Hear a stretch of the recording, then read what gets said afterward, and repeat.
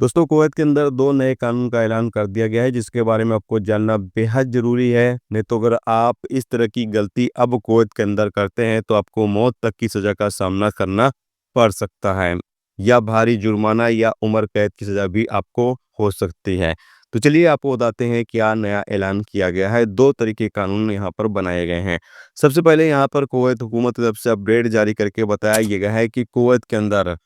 जितने भी लोग अब नशीली चीज़ों की स्मगलिंग करते हुए पकड़े जाते हैं, जिसमें ड्रग्स हो गया, अफ़ीम हो गया, चरस हो गया, हेरोइन हो गया, नशीली गोलियां हो गईं या फिर शराब हो गया, इन तमाम चीज़ों की स्मगलिंग करते हुए या इन तमाम चीज़ों को तैयार करते हुए जो भी लोग कुवैत के अंदर पकड़े जाएंगे, उनको 1 लाख केडी से लेकर 20 लाख केडी तक का जुर्माना, उम्र कैद की सज़ा या फिर मौत तक की सज़ा का सामना करना पड़ सकता है। डिपेंड करेगा कि बंदा किस केस में गिरफ्तार किया गया है, उसी के हिसाब से उसको सज़ा दी जाएगी।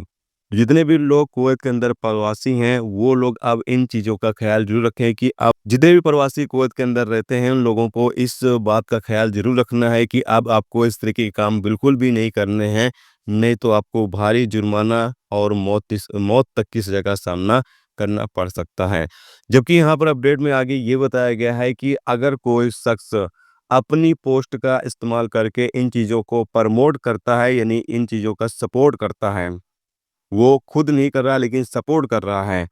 तो ऐसे लोगों के खिलाफ भी कानूनी कार्रवाई की जाएगी। ऐसे लोगों पर 50,000 केडी से लेकर 5 लाख केडी तक का जुर्माना लगाया जाएगा और जेल की सज़ा भी ऐसे लोगों को हो सकती है। तो जितने भी लोग कुवैत के अंदर प्रवासी हैं, वो तमाम लोग ज़रूर से ख्याल रखें